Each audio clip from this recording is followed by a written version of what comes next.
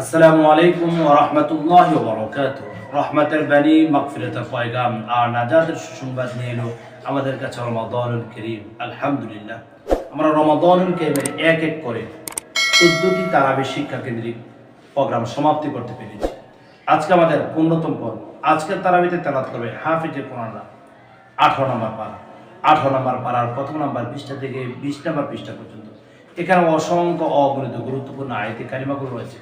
তার মধ্য থেকে কয়েকটি আয়াতের মূল সারমর্ম আমি আপনাদের সম্মুখে তুলে ধরার চেষ্টা করব ইনশাআল্লাহ। প্রথমে হাফিজে কোরআন সূরাতুল মুমিন থেকে কথা বলবেন।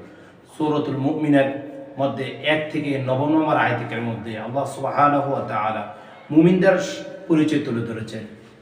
কোন মুমিনরা সফল? আল্লাহ তাআলা শুরুতে বলেন ক্বাদ আফলাহাল মুমিনুন, ঈমান আনয়ন করেছে তারা, সফলতা লাভ করেছে তারা। আল্লাযীনা হুম ফি সালাতিহিম খাশিউন, যারা তাদের সালাতের মধ্যে বিনয়ী। এবং আল্লাহ তাআলা ধীরে ধীরে মুমিনদের কোয়ালিটি এন্ড কোয়ালিফিকেশনগুলো তুলে ধরেছেন।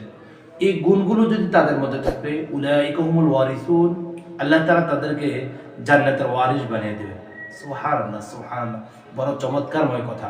তাহলে আজকে তারাবি থেকে আমরা এই শিক্ষাগুলো গ্রহণ করতে পারবো। তারপর সূরাতুন নূরের 56 নম্বর আয়াতের মধ্যে আল্লাহ তাআলা বড় চমৎকার কথা বলেছেন। 3টি গুণে যিনি গুণান্বিত হবেন, আল্লাহ তাআলা তার প্রতি অনুগ্রহ ঢেলে দেবেন। আল্লাহ তাআলা রহমত তার প্রতি পতিত হবে।